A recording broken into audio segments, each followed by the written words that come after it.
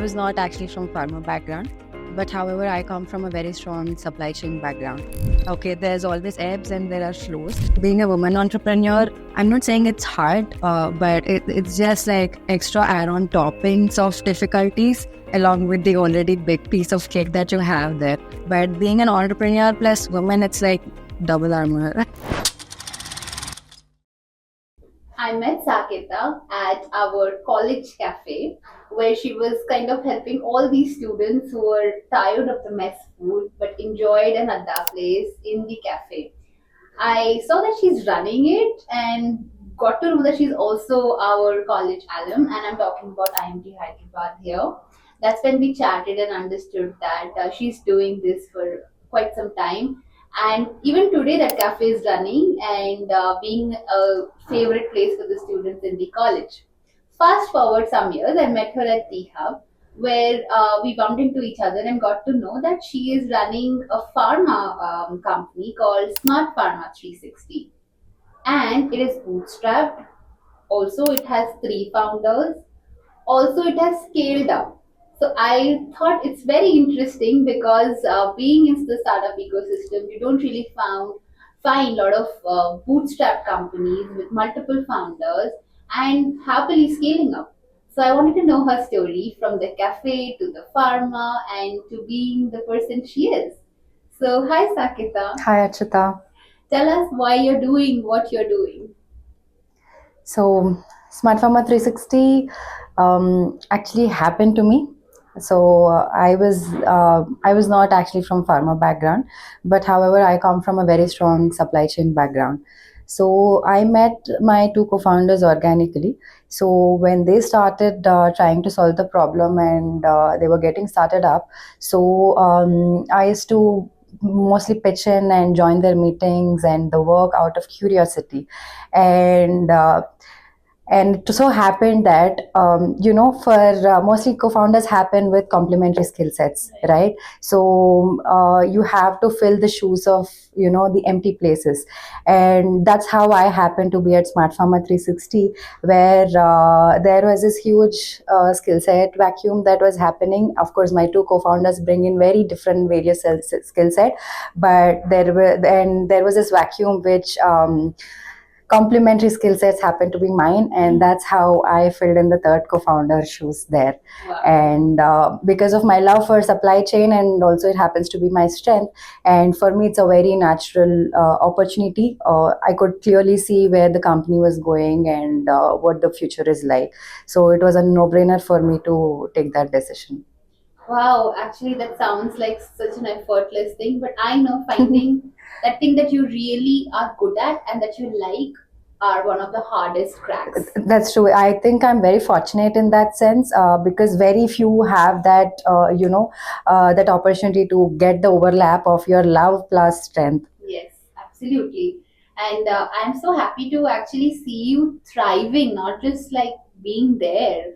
So, as a woman, I know that firstly, entrepreneurship is very challenging. On top of that, being a woman entrepreneur is very hard.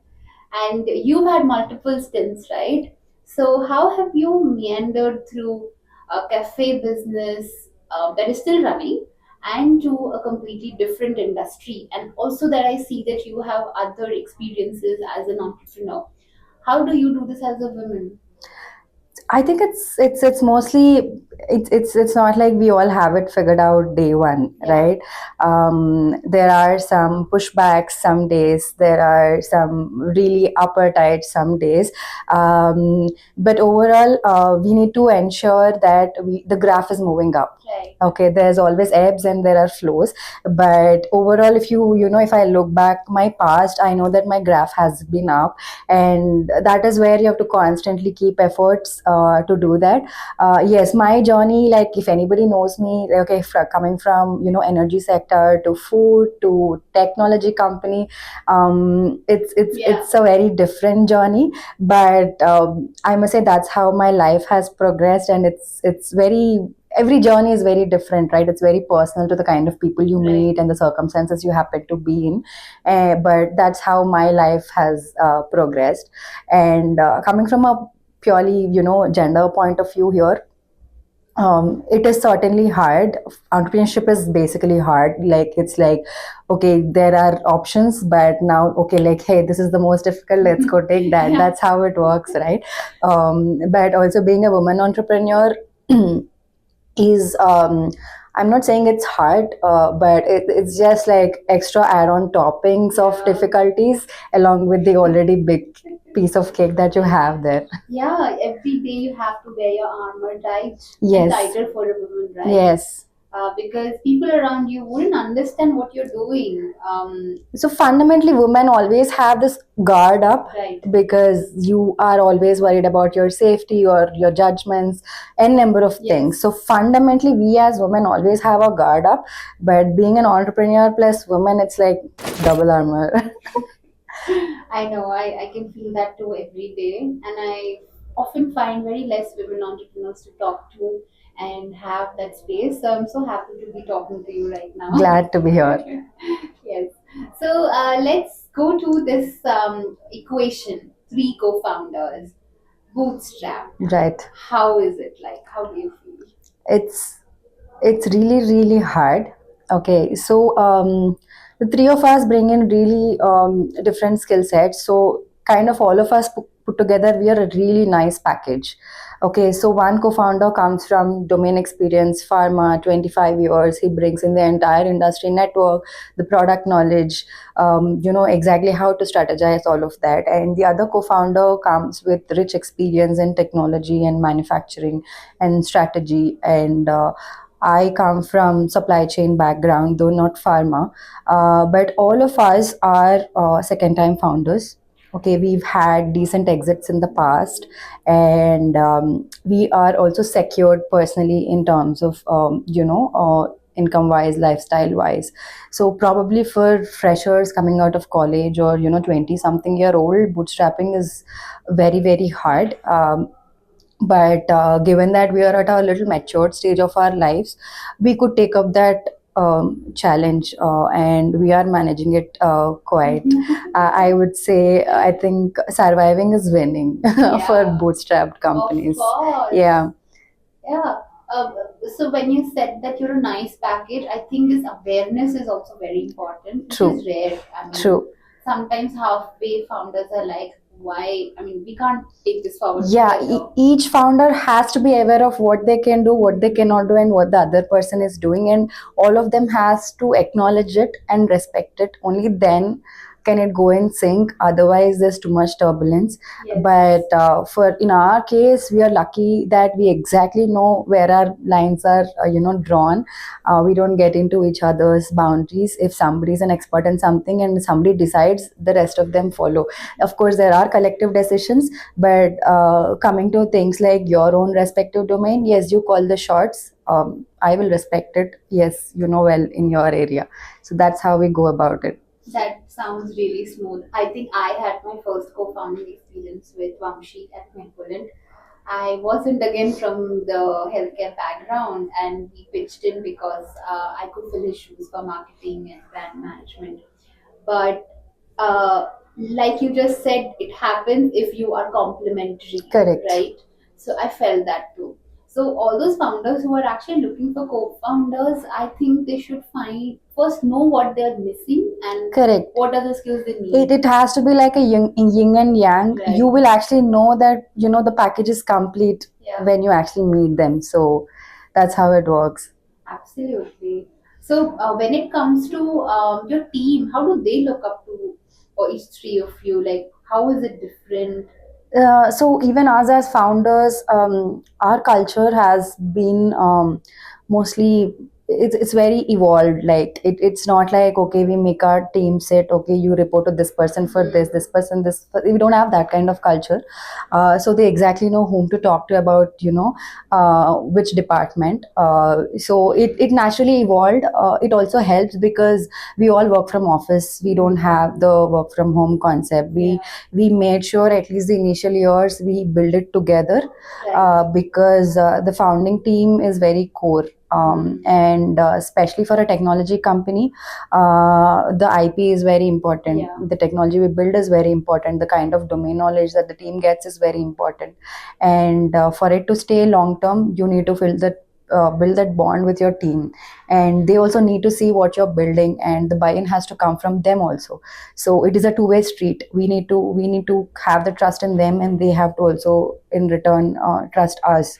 So that could all happen because in principle we made sure that we all work from one place. Yeah. So seeing each other every day, it is easy to pick up on things and get that dynamics into place where it is frictionless and smooth, and we all know what is expected of each other and also deliver what is expected of each other.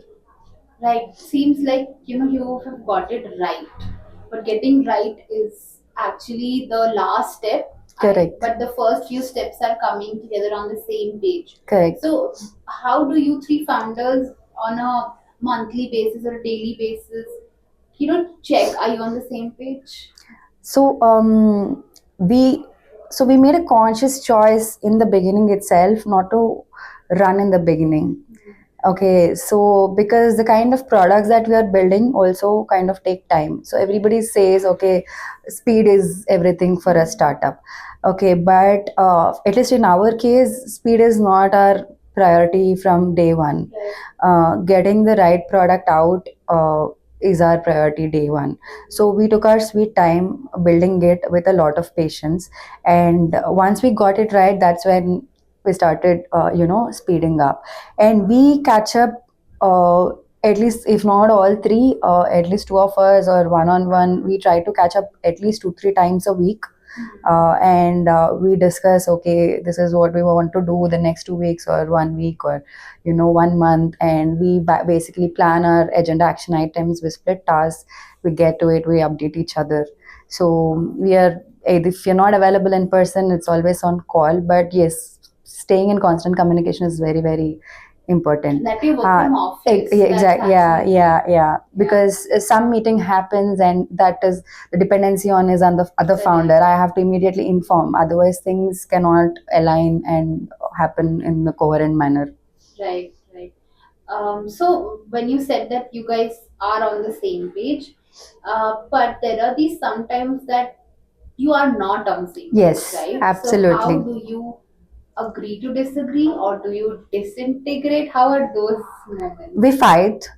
Yeah. Okay, fights happen, but fights do happen, of course, because we strongly believe in that okay, this is the right path. But I think being an odd number works when you're three. Okay, like sometimes the decisions can come like 2:1 or something like that. Then it's easier to reason with and talk to, but we keep talking until we actually come to a conclusion. I'm not saying agreement, onto a conclusion. Yes. Yeah, not talking to each other is really, really bad, because that's what stalls or stagnates the process. You like it, don't like it, we talk, and when we fight also, it's like, okay, like fight, and then 5 minutes later we're good, like again back to business, work is normal. So we got used to it. Yeah, so and being bootstrapped, we have to stick together. Yeah, that's very It's important. yeah. So, being bootstrapped, there could be sometimes need of different founders. Right. I mean, in general, also there is need of one founder needing for some kind of funds for certain things, right? If there's an investor coming in, then again it's a different thing, and if you're bootstrapped, again it's a different thing. Correct. Have you faced those situations where it's hard to kind of think about this? So bootstrapping is definitely hard because first of all, building anything from nothing to bringing out value is a really tough journey. On top of it, if money is always on your mind, wherein you can't be lavish, or for funded startups are different. They want something they can, like, if money can solve it, it will solve it. For bootstrapped, it's different. For anything, you want it, but then first the price tag comes in your head. So then it is a decision of like, okay, if it is worth it, or not worth it. But I think that actually grounds us so much that it keeps us very focused. Yeah. You only do things that are absolutely necessary, and it also kind of keeps your processes very strict also. Like I know my friends who are, really big funded startups, all of that.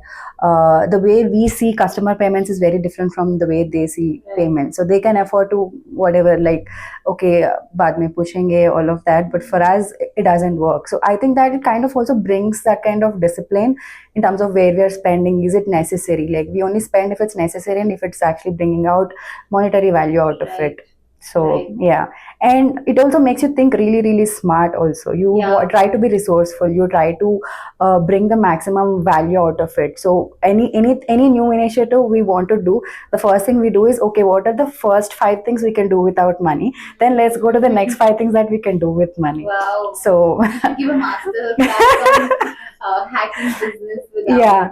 external finance. So we try to move things very fast. Whatever that can go without money or can generate without actually spending any money, we try to pick it up, and that's actually working great for us. Yeah.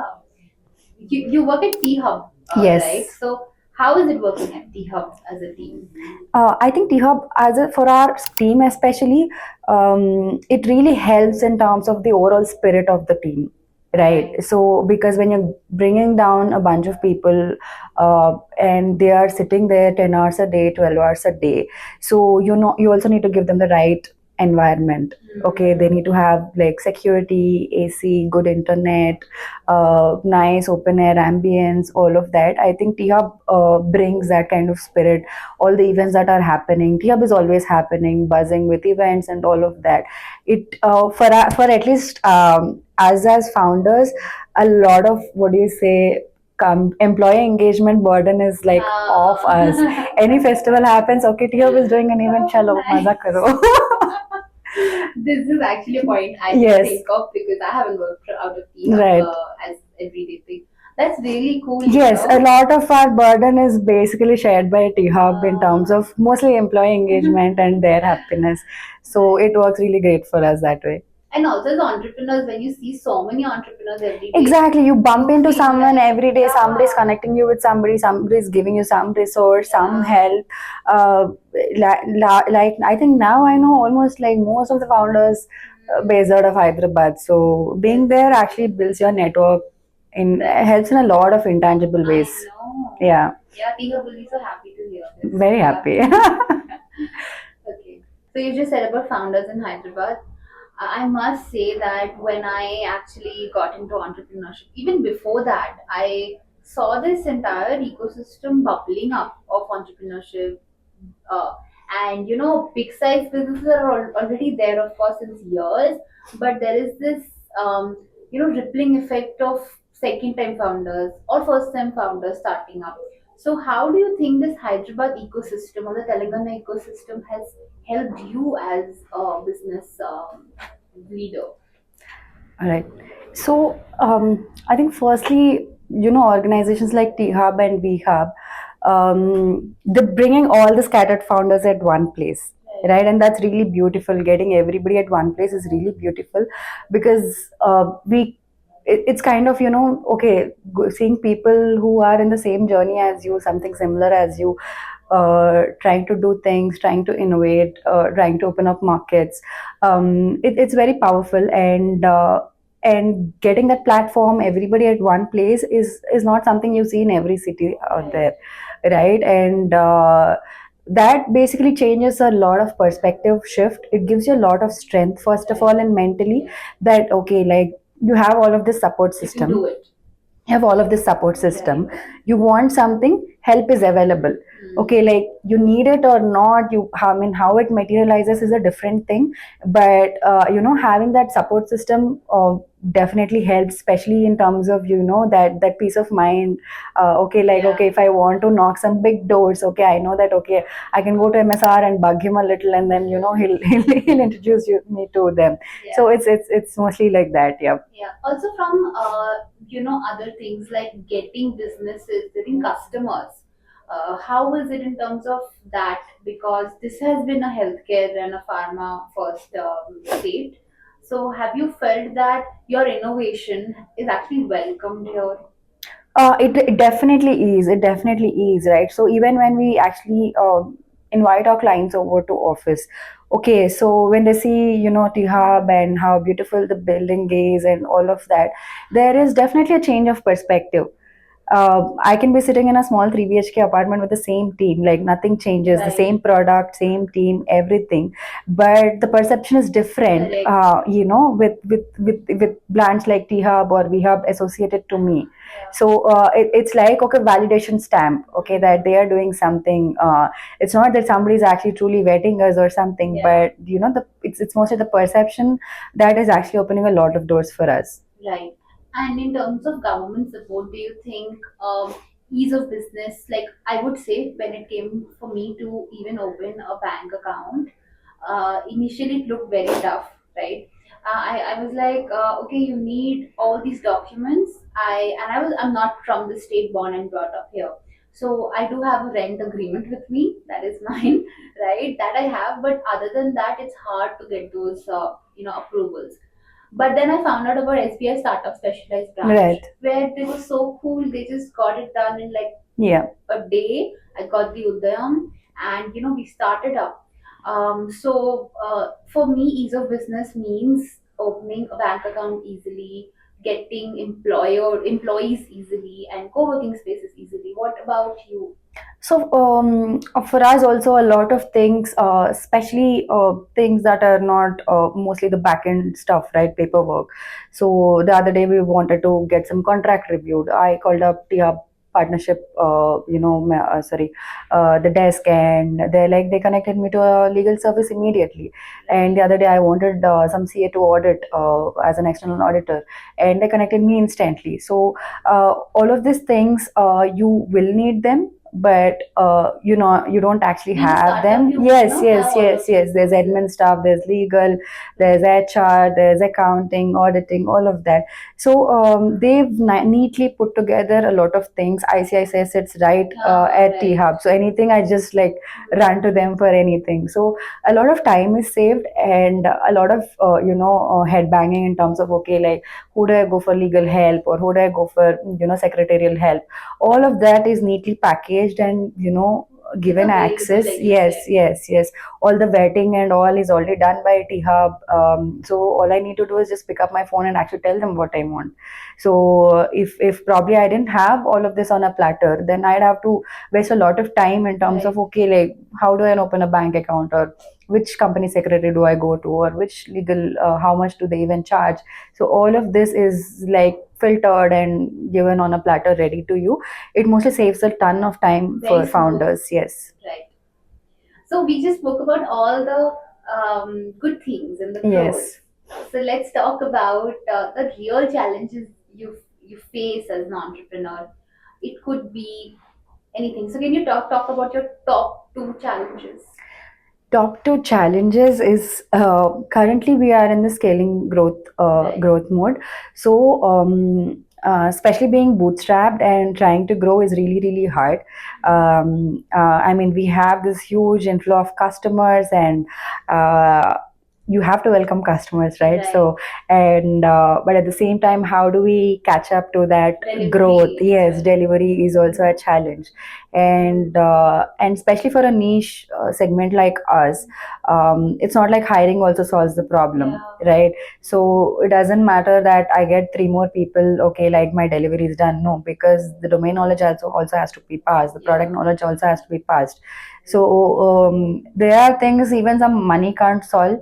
So so we mostly struggle with things like that. And I think we try to solve it one thing at a time. So if there's a big problem, we try to What chunk if it you hire down. and get the wrong person on It picking up the happens. It project? It's so happens. So hard. hiring is so difficult, right? It's very difficult. So we as a company also, we hire slow. We hire Yeah. slow, and we hire if we can actually trust that, okay, this person is going to stick for a while with us. Yeah, I hear this slogan everywhere: hire fast, fire fast. I don't agree to this personally, because I think when we hire someone, we believe in somebody, right? But you have to fire fast. I know. I'm coming to that part about firing fast. So firing fast, if we keep firing, I have seen that there is a sense of instability with other team members who are working, Correct. and it affects them. So I feel hiring slow will actually lead you to the less of firing fast, Right. because you're True. hiring the right True. person, True. right? So even when you hire slow, there is always something that you miss, Yeah. and that will only come in light when the person is, onboarded to your company. But generally what happens is, like, as a company, every company has a kind of work culture that is Right. already set. So you Yeah. know that, the set of team is at a bar, like they set a bar already, like the Correct. previous employees, they already set a bar. So whoever new is coming, either they have to catch up to the bar Or and raise the bar. raise the bar. But if you're lower than the bar, everybody knows except you. That's true, actually. And that's when you need to fire faster, because first of all, they are not matching with your work culture, and B, they can bring your work culture down. So fire fast, yes, we also fire fast, but we hire slow. Yeah.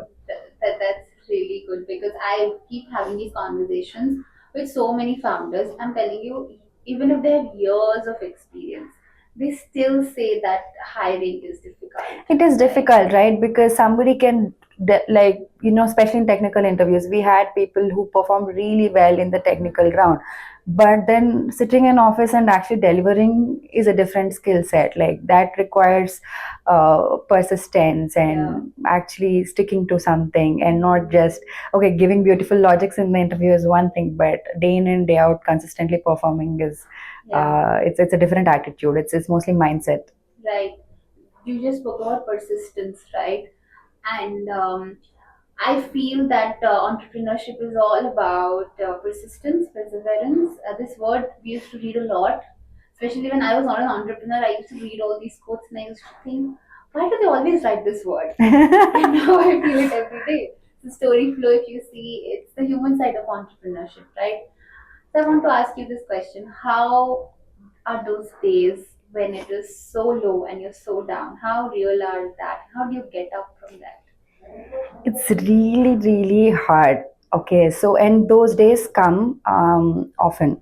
Yeah. Okay, but entrepreneurship is also so tricky. Like, I've had the best and worst days on the same day. Yeah. Okay, you that's hear the true. best news on the same day, but you also hear the worst news on the same day. It's so random. I can't tell you. Yes, when there are low days, I just go home. I sit, I watch something, I will try to zone out.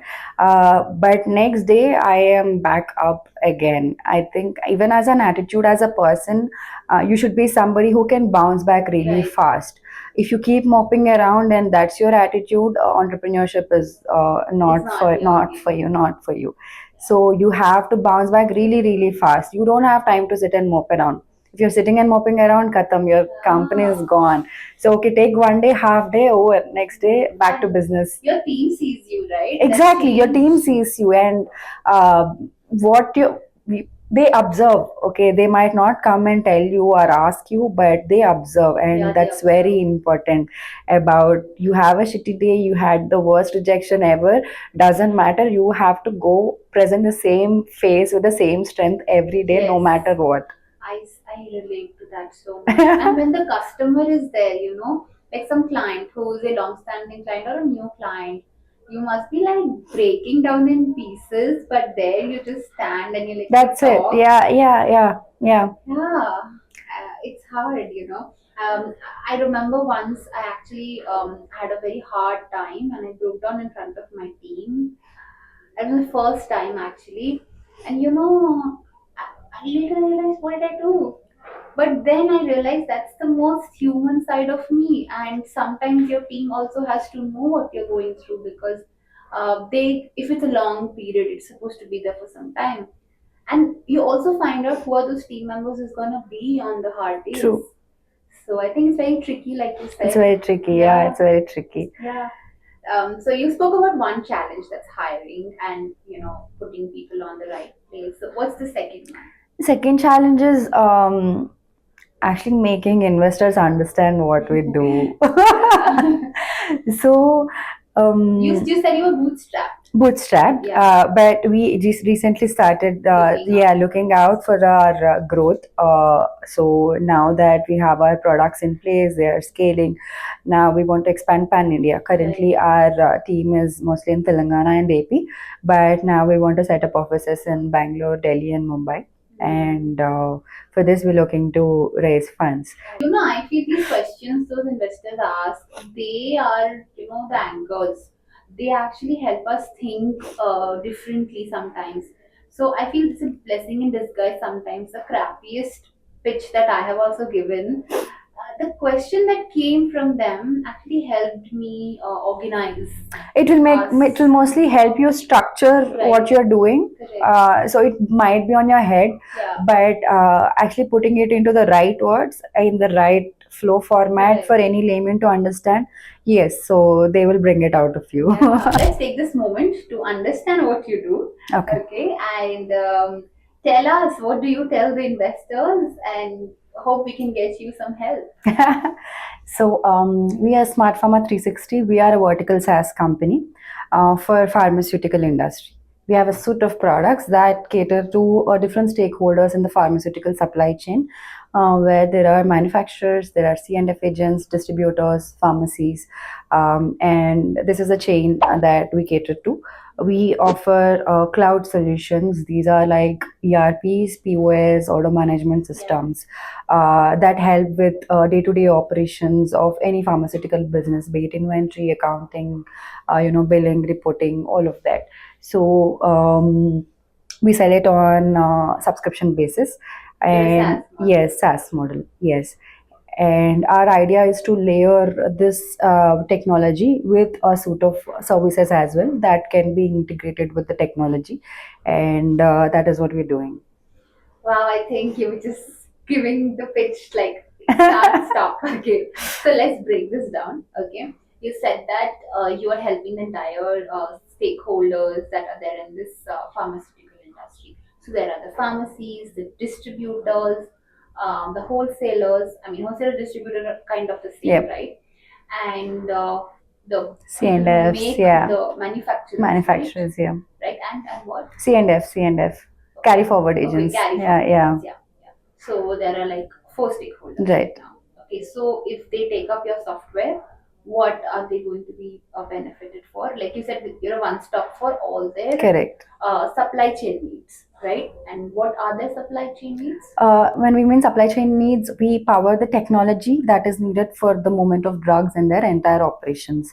Okay. So, the current products that are available in the market are all offline. They are on-premise softwares. They are not cloud-based softwares. So that's what we bring. And the fact that we are all interconnected, all of our products are interoperable as well. So, which means you as a retailer can sit here in your store or anywhere actually and look up where is what and what inventory is your distributor holding, if it has been billed or not, if it is on the way, if it has reached you or not, and of the things that you've placed, okay, how many have been actually billed and how much is the pending that you still have to find and source. So end-to-end information, you have the data on the tips. Right. For an offline software, you won't know until the package comes, okay, what did I order, what did I get, right? So when you mean interoperability between products, so it is smooth flow of data, smooth flow of information and drugs. So that is what we bring to the table, because be it a pharmacy, be it a distributor or wholesaler, on one hand you're sourcing, one hand you're selling.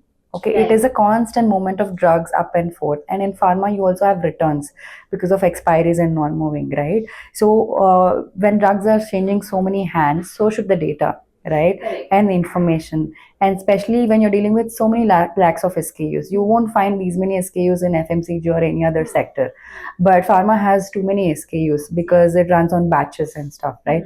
So these cloud suite of products is what fills the gap, because at this point all of them are in silos.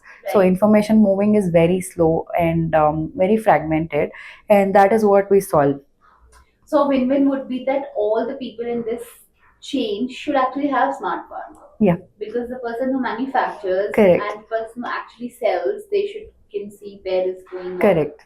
Right. So you would suggest a backward integration of your software Correct. till the source. Right. Okay. So that's sounding like a help to all those pharmacies wanting Yes. to have multiple pharmacies as well. Correct. Right. Our major clientele is also the chain pharmacies right now. Yeah. Yeah, that's nice. And what kind of pricing you have? So we charge per user basis. So it depends on module to module. Of course. Yeah. We start anywhere for 6,000 per annum per user to 30,000 per user per annum. That's actually good. Yeah. I think pharmacy business earns a lot, so Yeah. it's not really a big shot. Yes, yes. It's going to help them Yes. silence the chaos. Yeah. So I think this video is good for your investors because they can also not want to ask you questions back and get it and then tell me, Saketha, what do you need? They're still gonna ask, but I'm hoping this video will help me solve the hiring problem. Like all the Yes. good developers out there, please come. Yeah.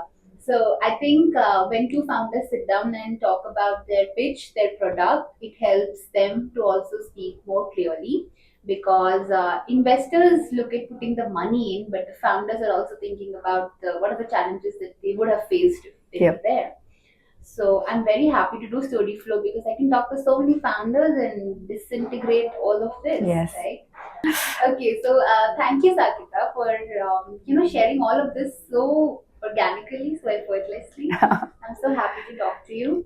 Thanks for having me, and it's really fun to sit with my junior like Yes. this. Yeah, from college, and I must thank IMT Hyderabad to give us a place to meet and take this conversation. So we have something special for you. Yeah? Okay, all right. So just give us a moment. So we've got this curated gifts from across founders in Hyderabad who put years of their experience and their love for entrepreneurship.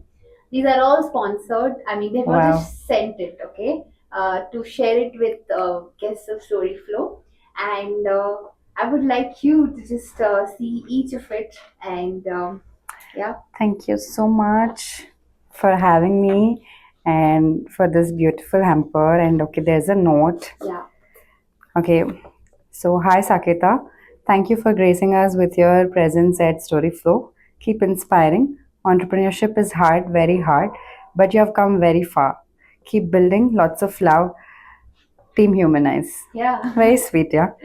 Also, I want to actually tell you about one of our sponsors for today is Shar. Okay, so Shar, Okay. she is another woman entrepreneur. Her name is Sharmila. Okay. She's actually they were doing organic farming, and then they had these tulsi plants. They're all herbal plants that they were just growing, and they wanted to do something.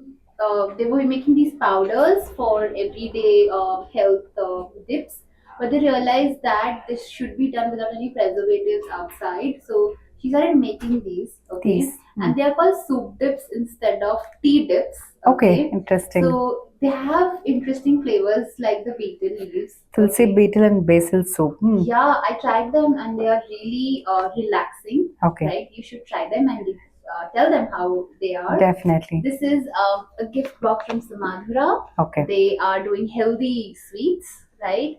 And then of course we have Maybe that Maybe. we just spoke about. Yes. And we have Swastha Hita. This serum is actually their most loved serum. Uh-huh. This is an Ayurvedic serum, and from an Ayurvedic doctor, she's made this. And then there's Basta, of course, that I'm trying to get usable bags. So yeah, this is for you, and thanks. for Thank being here once you. again. Thank you so much, Ashita.